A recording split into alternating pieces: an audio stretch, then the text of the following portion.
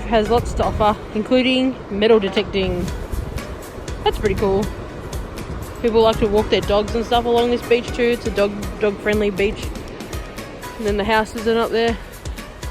And Shan's got the drone going up there. So yeah, it's pretty cool.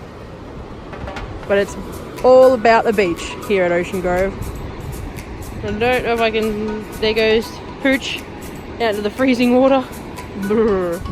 So there are lots of gaps in these stairs.